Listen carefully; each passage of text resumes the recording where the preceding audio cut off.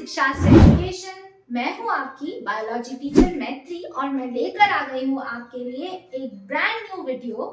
अभी आपको पता है कि हम क्या पढ़ रहे हैं। वी आर लर्निंग ग्रेड 9 का chapter number 12 improvement in food resources. तो आज भी हम उसी को आगे बढ़ाएंगे। जिससे पहले मैं सबसे पूछना चाहती हूँ कि आप सभी कैसे हैं। कमेंट सेक्शन में मुझे जरूर बताइए कि आप कैसे हैं और आपको क्या ये वीडियो समझ आ रहे हैं, ये वीडियोस आपके लिए हेल्पफुल है या नहीं।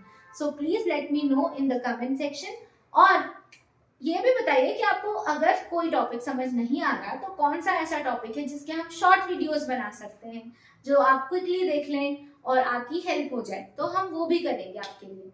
चलिए, तो आप हम आगे बढ़ते हैं आज के टॉपिक की तरफ। और हमें पता है कि हम कौन सा चैप्टर पढ़ रहे हैं, chapter number 12 improvement in food resources, जिसमें लास्ट क्लास में हमने इनिशियल टॉपिक्स को कवर किया था। हमने क्रॉप्स पढ़े थे, हमने टाइप्स ऑफ क्रॉप्स पढ़े थे। इसके अलावा हमने क्रॉप वैरायटी इंप्रूवमेंट टॉपिक को कंप्लीट कर रहा था। आज हम पढ़ेंगे क्रॉप प्रोडक्शन मैनेजमेंट और crop protection management. Okay, so crop production management में हम पढ़ने वाले हैं कि हम प्रोडक्टिविटी कैसे मैनेज करें। जो बढ़ा रहे हैं, हम कोशिश कर रहे हैं प्रोडक्टिविटी बढ़ाने की, उसको मैनेज करना बहुत जरूरी है, राइट।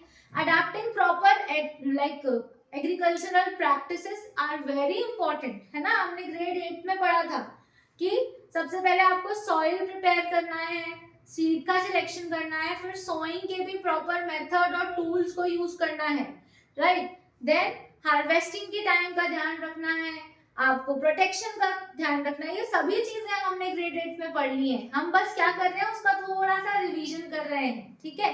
तो सबसे पहले हम बात करेंगे अबाउट न्यूट्रिएंट मैनेजमेंट। आप सभी को पता है कि सभी लिविंग ऑर्गेनिजम्स के लिए फूड कितना इंपॉर्टेंट है, और फूड से हमें क्या मिलता है, न्यूट्रिएंट्स मिलते हैं। ये न्यूट्रिएंट्स हमारी डेली नीड्स को फुलफिल कर रहे हैं, यानी कि प्रोटीन, कार्बोहाइड्रेट्स, विटामिन, मिनरल्स, इन सभी की अपनी इंपॉर्टेंस है, राइट। अब आप ये सोचेंगे कि प्लांट्स को न्यूट्रिएंट मैनेजमेंट की क्यों जरूरत है। प्लांट्स तो अपना फूड खुद प्रिपेयर कर सकते हैं, एज यू नो, वो फोटोसिंथेसिस परफॉर्म करते हैं, बट नहीं, प्लांट्स को भी न्यूट्रिएंट्स की रिक्वायरमेंट है। ड्यूरिंग फोटोसिंथेसिस वो क्या बना रहे हैं, दे आर प्रिपेयरिंग कार्बोहाइड्रेट्स, ठीक है, वो कार्बोहाइड्रेट्स प्रिपेयर करते हैं। लेकिन कार्बोहाइड्रेट्स के अलावा भी तो नीड्स हैं, उनको total 16 micro and macro nutrients की रिक्वायरमेंट होती है, ठीक है, जिसकी फुलफिलमेंट के लिए हमें न्यूट्रिएंट मैनेजमेंट पे ध्यान देना बहुत जरूरी है, ठीक है। सो in this topic we will talk about how are we going to manage the nutrients for the plants, right. So as I told you, plant requires micro and macronutrients.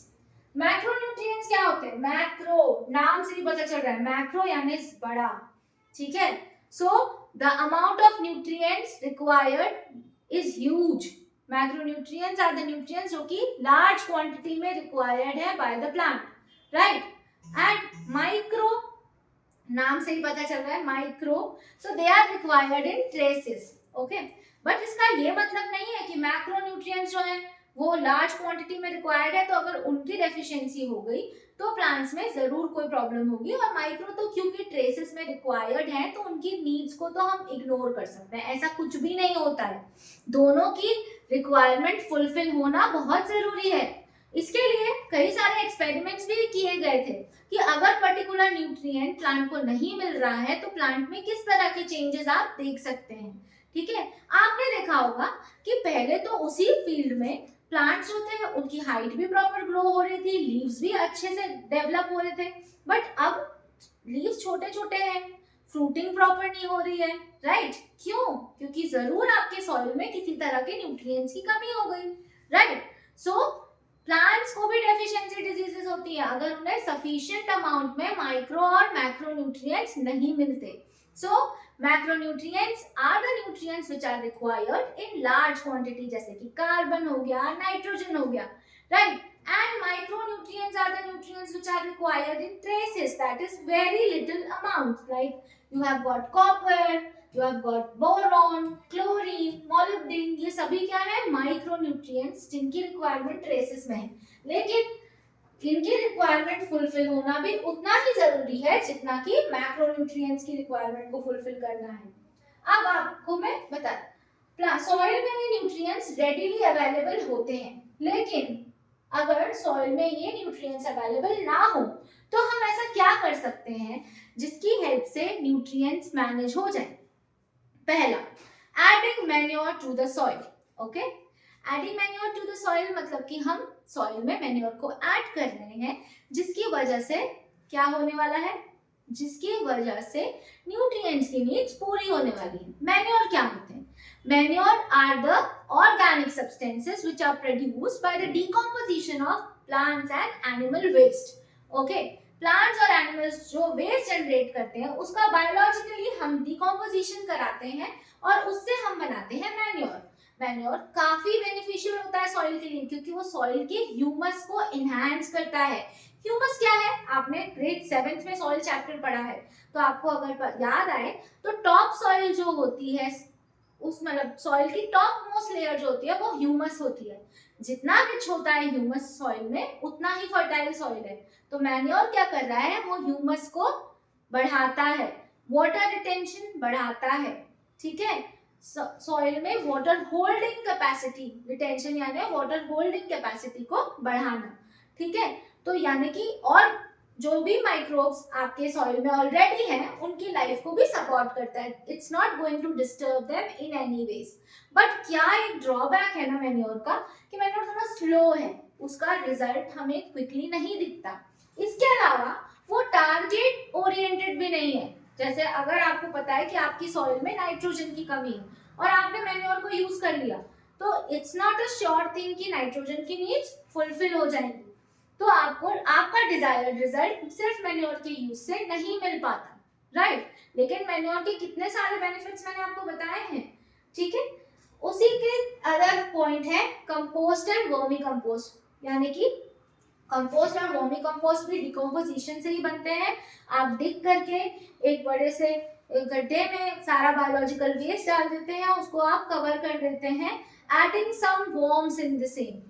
ठीक है, अर्थ वर्म वगैरह, उसको फ्रेंड्स ऑफ फार्मर भी कहते हैं, right. सो उनकी presence में ये जो वेस्ट है it's converted into compost. Okay, so compost थोड़ा सा एनहांस्ड वर्जन होता है मैन्योर का और थोड़ा सा ज्यादा बेनिफिशियल होता है। ठीक है, ग्रीन मैन्योर क्या है? ग्रीन मैन्योर ये स्पेशल तरह के प्लांट हैं जिनको आपने ग्रो किया फील्ड में, मतलब आफ्टर हार्वेस्टिंग आपने कुछ नया कल्टीवेट करने की बजाय ये कुछ प्लांट्स को कल्टीवेट कर दिया पूरे फार्म में।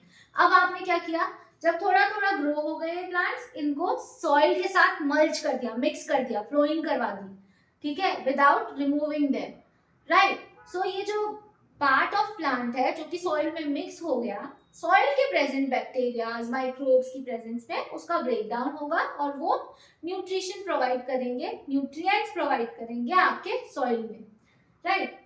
अब ये तीनों ही चीजों से हटकर हमारे पास होते हैं फर्टिलाइजर्स। फर्टिलाइजर्स क्या होते हैं? ये केमिकल्स हैं जिन्हें हमने फैक्ट्रीज में प्रोड्यूस किया हुआ है और ये प्रिसाइज होते हैं टारगेट के लिए। यानी कि अगर आपको सॉइल में नाइट्रोजन की नीड्स फुलफिल करवानी है तो आप सुटेबल फर्टिलाइजर यूज करके नाइट्रोजन की नीड को बहुत आसानी से फुलफिल कर सकते हैं, राइट। ये क्विक है, टारगेट ओरिएंटेड है, लेकिन इनके बहुत सारे साइड इफेक्ट्स भी हैं। आपको एक क्वेश्चन आ सकता है, differentiate between manure and fertilizers. तो आप आई होप कि डिफरेंसेस लिख सकते हैं। Manure are organic substances, whereas fertilizers are chemicals which are produced in factories. Manures को हम कहाँ प्रोड्यूस कर रहे हैं? फार्म में ही। ठीक है, मैन्योर टारगेट ओरिएंटेड नहीं है, बट फर्टिलाइजर्स टारगेट ओरिएंटेड है, क्विक रिजल्ट्स देते हैं। मैन्योर की वजह से ह्यूमस बढ़ता है, लेकिन अगर आप कंटिन्यूसली फर्टिलाइजर्स को यूज करते हैं तो इसकी वजह से ह्यूमस घटने लगता है, सॉइल की वाटर रिटेंशन कैपेसिटी भी घटने लगती है और सॉइल एरोजन जैसी सिचुएशन अराइज होती हैं। तो अब हम क्या करेंगे न्यूट्रिएंट्स की नीड को फुलफिल करने के लिए? हम बीच का ऑप्शन लेते हैं, हम कॉन्सेंट्रेटेड फर्टिलाइजर्स यूज करने की बजाय मिक्स करते हैं फर्टिलाइजर्स को विथ मैन्योर, सो दैट हमारा काम भी हो जाए, सॉइल में न्यूट्रिएंट्स पहुंच जाए और किसी तरह का हार्मफुल कॉन्सिक्वेंस ना फेस करना पड़े। आजकल रिसर्चेस चल रही हैं जिसकी वजह से अब हम बायो फर्टिलाइजर्स जैसी चीजों के बारे में भी सुन सकते हैं। बायोडीजल, बायो फर्टिलाइजर्स, बहुत सारी ऐसी चीजें हैं जो अब बायोलॉजिकल एजेंट्स के थ्रू हम प्रोड्यूस करने वाले हैं। तो आने वाले टाइम पे फार्मिंग एक एडवांस टेक्नोलॉजी वाली चीज होने वाली है, सिर्फ फार्मिंग तक रहने वाली नहीं है। आजकल आपको पता होगा कि एग्रीकल्चर से रिलेटेड भी कोर्सेज करते हैं लोग, तो ये एक बहुत इमर्जिंग ब्रांच है, आप इसके बारे में अपने करियर में सोच सकते हैं। अब हम बात कर रहे हैं, जैसे मैंने आपको बताया ना, ऑर्गेनिक फार्मिंग के बारे में। ऑर्गेनिक फार्मिंग इस तरह की फार्मिंग है जो हम फ्यूचर में करेंगे, कर सकते हैं, अभी कहीं कहीं पे चालू हुई है ऑर्गेनिक फार्मिंग। तो organic farming is a farming which is completely chemical free. इसमें किसी तरह का पेस्टिसाइड, किसी तरह का वीडीसाइड, मतलब कोई भी केमिकल यूज नहीं हुआ है। सारे बायोलॉजिकल मेथड्स को यूज करके आपने पूरा क्रॉप प्रोडक्शन मैनेज किया हुआ है।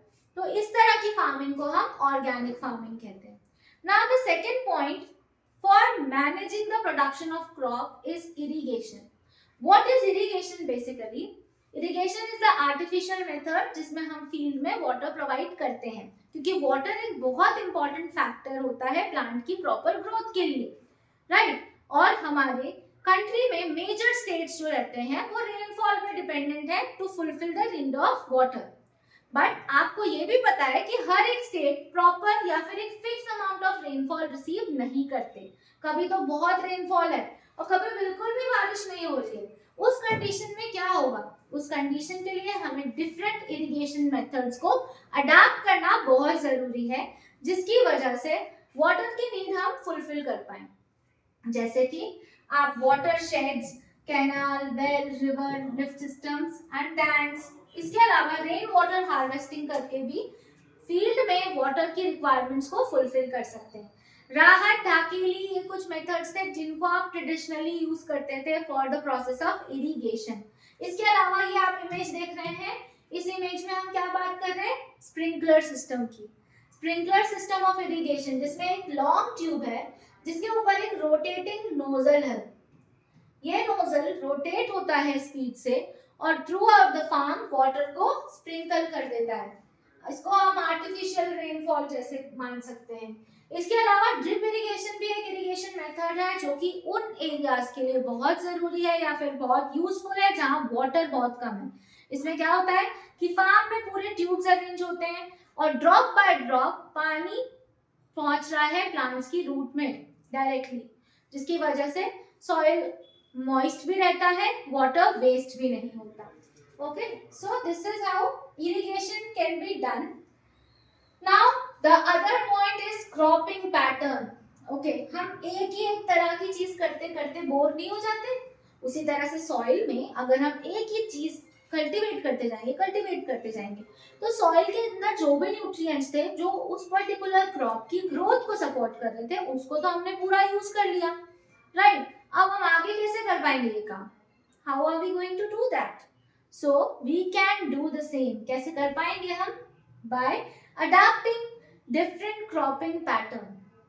ठीक है, इंटरक्रॉपिंग एक पैटर्न है जिसमें हम ये कर सकते हैं। इंटरक्रॉपिंग में हमारे पास क्रॉप्स होती हैं जिन्हें हम एक फिक्स्ड फैशन में, एक फिक्स लाइन में क्रॉप ग्रो कर रहे हैं। यानी कि सपोज ये मेरी क्रॉप 1 है, ये मेरी क्रॉप 2 है और फिर मेरी क्रॉप 1 आ गई। So intercropping is a cropping pattern in which you are cultivating two crops in a prescribed manner. Okay. So इसमें क्या होता है? प्रोडक्टिविटी बढ़ गई, एक ही फील्ड में हम एक साथ दो क्रॉप को प्रोड्यूस कर रहे हैं, ठीक है? और दोनों की न्यूट्रिशनल रिक्वायरमेंट अलग होने की वजह से सॉइल के न्यूट्रिएंट्स भी पूरी तरह खत्म नहीं हो रहे, ठीक है? ये एक मेथड है।